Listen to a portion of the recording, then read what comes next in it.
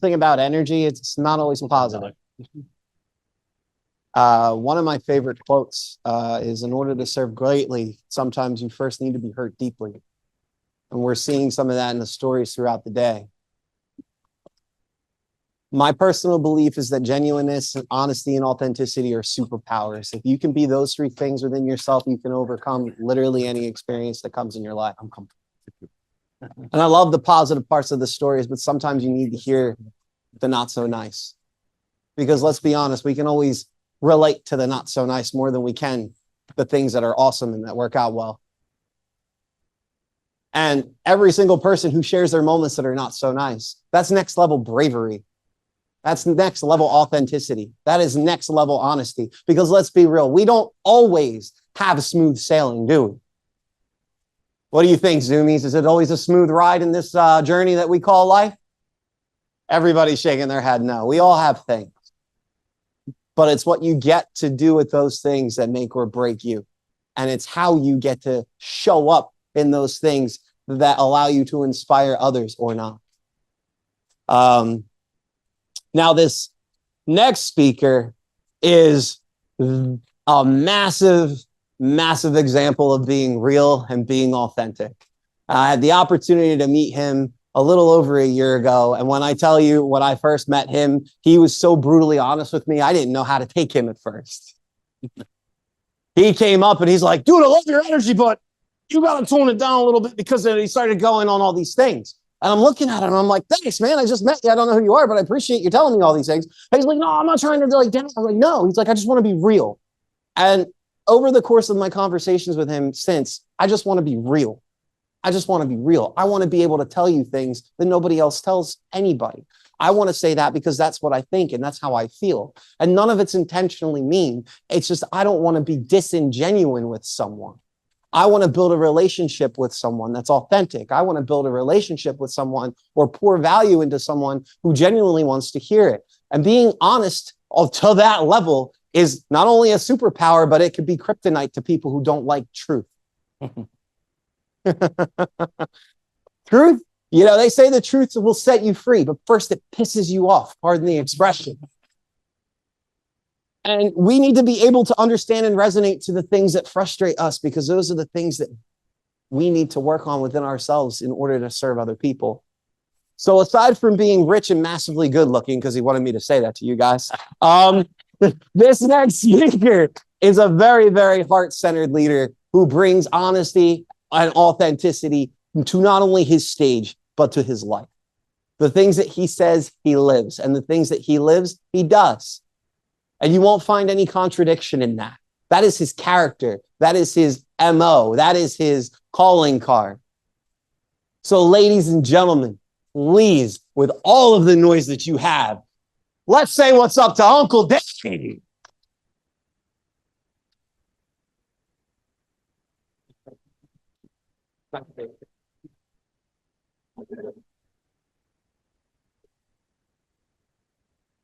September 11th, 2001. We've already heard about that.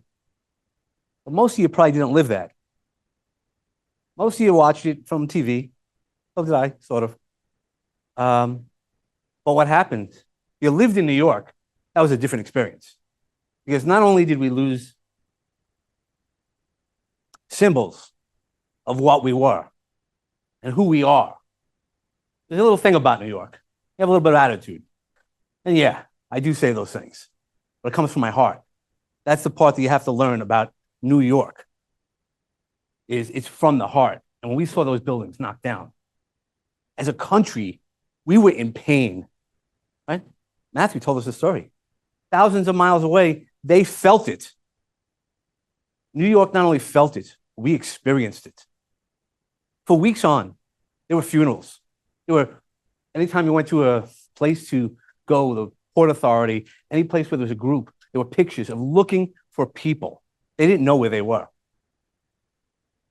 And the people who lived in there, and if you knew somebody, you almost had to know somebody who was affected. You were going to funerals.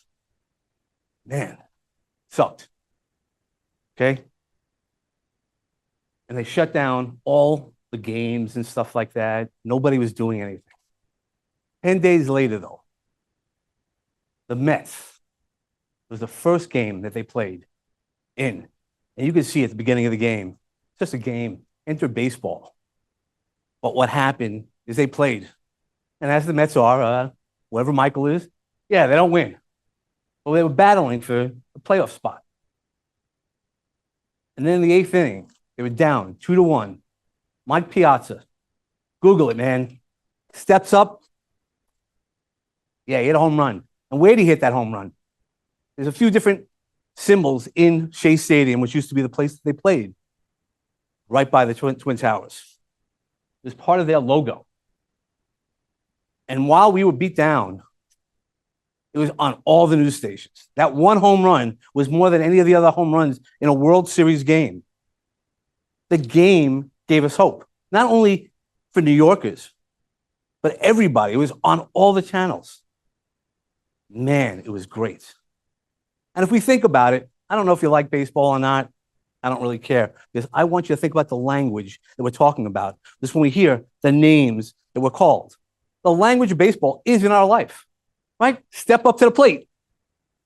Swing away. What do those things mean? We're going to do something. And yeah, I have a podcast, Peace, Love, and Bring a Bat. Everybody understands the peace and the love. I don't have to explain that to you.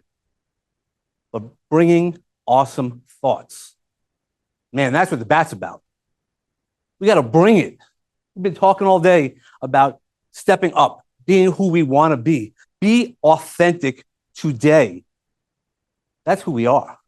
That's who we are as a people. And the language of baseball is in our life. We talk about it, no matter what you do, motivation, meditation, guess what? It's about balance. It's that fine balance. Because if you're too far ahead, you have no power. Too far back, you're too slow. And the truth is, it's all about the balance that we have that gives us the power that takes us to that next level. And it's that next level we have to do. Now, before here, so you guys on the Zoomies are going to have to come in one time to hit one of those sweet spots. We had a few people who came out and hit a sweet spot. Now, for those who don't know, also something we hear all the time. You got to hit your sweet spot, right? All those corporate phrases. But what does that really mean? Well, what that really means is that moment when you swing that bat right there and you hit it the best you could. No, it doesn't have to be a home run. Actually, a home run, sometimes for those who don't know, will be the worst thing that you need, because a home run, yeah, gets everybody off the bases. The other team could relax. Keep them on the bases. Keep them on their toes. How do we keep on our toes? That's what we do. When we use the language, and the less good language, well, we start putting it together. You got to believe. That was a quote by the Mets. They just knew that whatever they had to do, they had to step up and believe that the next game is going to be better. Now, that year in 2001, the Mets ended up in third place. For us Met fans, that was a success. Because a success doesn't always mean that you win the game. Now, I could come up here and come up with more things, but I want to show you actual stories. That's what I do, is I tell stories, not on the podcast. Right? The podcast I always go, it's part spiritual, part motivational, and part perspirational. You have to do the work. You don't do the work, guess what? It'll never get done. That's why, I don't know who, I think was, I can't remember who it was, when I said, you have to do the action. All these things, all the list you had, the last thing you do is the action. Now, when I start thinking about it, you might not have heard of Ted Williams, one of the best pure hitters in baseball. 1941, he hit 400. Pretty impressive. Nobody's done it since. But there's two things about that. The last day of the season, his average was 3.995. So he can average up to 400, sit home, relax. When you're devoted, when you're really motivated, you're going to do a little bit more. He decided to play. And guess what? He went 6 for 8. He finished 406. Now you're like, all right, that guy got to be the best guy for the year. Well, it was a guy named Joe DiMaggio who hit 56 games. He didn't win the MVP that year. Next year, he hit the triple crown, which means the best home run, the best average, and the best RBIs. Still didn't win. The guy never changed what he did. He knew what he did to a level. And that's what we all want to do, is bring up that level that we bring up, that we know what we could do. It doesn't matter if we're going to get the awards or not. It's showing up for us, not just showing up. Now, there's a lot of stories in baseball that I wanted to talk about, because when we talk about peace, people are like, oh, I know I understand what peace, and everybody has a different definition of peace. Jackie Robinson tells a story about peace. Now, anybody who doesn't know, Jackie Robinson was the first African-American who played Major League Baseball. And they go, oh, he was great. Nobody realizes how much peace he needed. Again, as Justin talked about earlier, it's that internal peace. Outside, they still were calling him all the names that I am not going to bring up. And he wasn't treated. He couldn't even stay in the same hotel that the rest of the team. But he had to maintain his peace. Nobody could see what was going on outside. That's why it's most important for us to really see what that peace is for ourselves. Because no matter what, the kids, yeah, they're frustrating. I'm a parent also. I get it. But we can remain calm. And if we're the calm in the storm, they get calm, right? I mean, anybody who's a parent knows if you don't raise your voice, and you start talking a little slower, a little lower, guess what? They get quieter. Well, sometimes they're like, oh shit, something's going to happen. Don't get me wrong.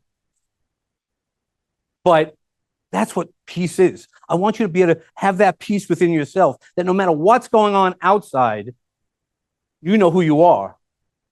That authenticity. That's where our power is. You know, another story about love. Again, it's different types of love. But again, loving yourself. Lou Gehrig, we all might have heard those stories. The luckiest man in the world. Now, maybe you don't know this story, or maybe you don't. But the story was when he had ALS disease. When he was diagnosed, he was at the height of his career. The height of exactly what he was doing. Some argue he was better than Babe Ruth. But he didn't finish his career because he had this horrible disease. But he was teaching people love and gratitude. The luckiest man in the world to get to play for the New York Yankees. Because he knew what love meant for him. He knew what gratitude meant and the power of gratitude. So there's lots of stories when I was putting this speech together.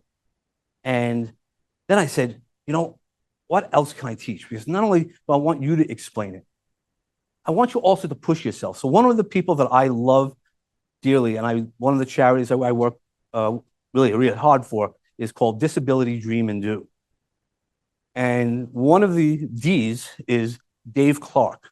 Dave Clark is a gentleman who is the only gentleman who played professional baseball on crutches. Oh, by the way, he also was a Swedish baseball coach. He had polio when he was in the first grade and couldn't walk his whole life. But he was like, his parents allowed him, supported him. And when you meet him, the guy smiles all day long. It's annoying because no matter what, he knows. And there was one story that broke his heart. He was playing, again, so he was the relief pitcher of the year in 1978 in the Independent League. Think about that. Just somebody on crutches playing professional baseball. And what broke his heart was he lost the game and he broke his crutch. But there was this little girl who wanted to see him, who came out just to see him. And he had to get wheeled out. He couldn't come out with his crutches. So he said from that moment on, he knew what peace meant. He wasn't going to allow himself to be that person who can't support and become the role model, because he knew exactly the things he needed to do. He knew how to hit the ball. And that's what we all want to do, is we all want to take that swing. So there was a lot of people outside, right, who went to him the sweet spot. Thing about the sweet spot, it's not a home run. It's that feeling exactly where you are.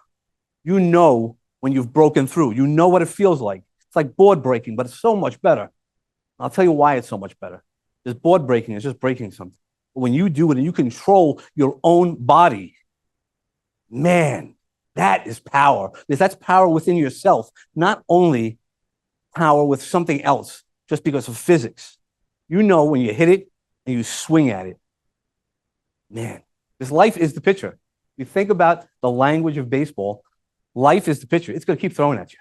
And another one of those things that we talk about, the curves, right? Well, the thing about curve is exactly sitting back on waiting on it. Not a fastball. You take that one extra second. You learn how to relax yourself. You hit that one extra second. You hit the curveball. Just wait on it. Then take that swing and hit the sweet spot. Now, baseball's a fun game, but it's in our lives because the language we use, but it's also the metaphors. Pete Rose, I don't care what you think about him, was one of the best players of baseball. And the thing about Pete Rose, the ideology of hitting, you could talk about all day long. And I once heard, and it came to me, I want to explain it to you. So we say, oh, he's got to think outside the box. I'm going to tell you, stay inside the box. In baseball, you hit the outside the box, you're out. Stay in the box. What Pete would talk about was you move around. If you have your skill, you know your passion. We were talking about passions earlier. If you could follow your passions, stay in your box. Say exactly who you are. Move around the box. Move exactly where in your box. And through that, that's where the power is. Just think about it. Sometimes you have to stand a little further back. You watch the pitcher come in a little bit, the break of the ball. Or sometimes you want to come in a little bit more. Think about what your box looks like, the power of your box. Once you know that is, it becomes easier to hit your sweet spot. There's always stories, because that's what I like to do. Not only do I have the podcast, I like telling stories. I like being an author because you find the stories. It's not just saying, hey, this is what I do, and if you listen to me, your life will be great. Life's going to be hard. It's going to throw those curveballs. You're going to get knocked down. It's going to happen. What are you going to do when you get knocked down? Jackie Robinson, that first year, guess what? He led the league in getting knocked down. He led the league also in getting hit by pitches. He also kicked some ass because he just kept on getting up. He knew that whatever he did, if he can control himself, everybody else's head, let them play their games. That's not where we are living. So that doesn't matter what they say, whoever they are. It matters who we say we are. That power of getting into that batter's box. It's just up to you to do whatever you want, to swing. And having that ability. Now, as you probably noticed, I have a little bit of an accent, and definitely a New York accent, but it's a Brooklyn accent. So Brooklyn is in the house. I don't know if Morris is still on. Yeah, there's Morris. Okay. Yeah. There we go. Morris and I know each other since we were 14. First day of high school, he comes out of a school, I give him a headlock. That's what Brooklyn, right? We got a little bit of an attitude. But so I'm wearing a Brooklyn shirt. It's not just because that's where I grew up. I want to teach. We were talking about community. The only year the Brooklyn Dodgers have no affiliation with the Los Angeles Dodgers, who might have won a championship or two. But the only year they won was 1955. 1 year, but they were at the playoffs. All the Yankee championships that you hear about, all they had to do is lose most of the game sevens, and it would have been the story about the Brooklyn Dodgers versus the Yankees being so great. But that's not what I'm telling you about who's great, because at the end of the day, you put it all in, and the chips fall where they might. That's life, right? Ted Williams, like I said, didn't win 2 MVPs. Today, they would be paying these guys $600 million. They were doing what they were doing. He just loved it. Actually, Ted Williams loved his life so much, he became a Hall of Famer for fishing. as well. He put himself fully into it. Now we go back to Brooklyn. The nickname of the Brooklyn Dodgers was Dem Bums. Sort of like us guys, right? If we're going to use names, kind of like the Unleash You family. Don't fuck with us, right? Because guess what? We got people at our back. Same thing.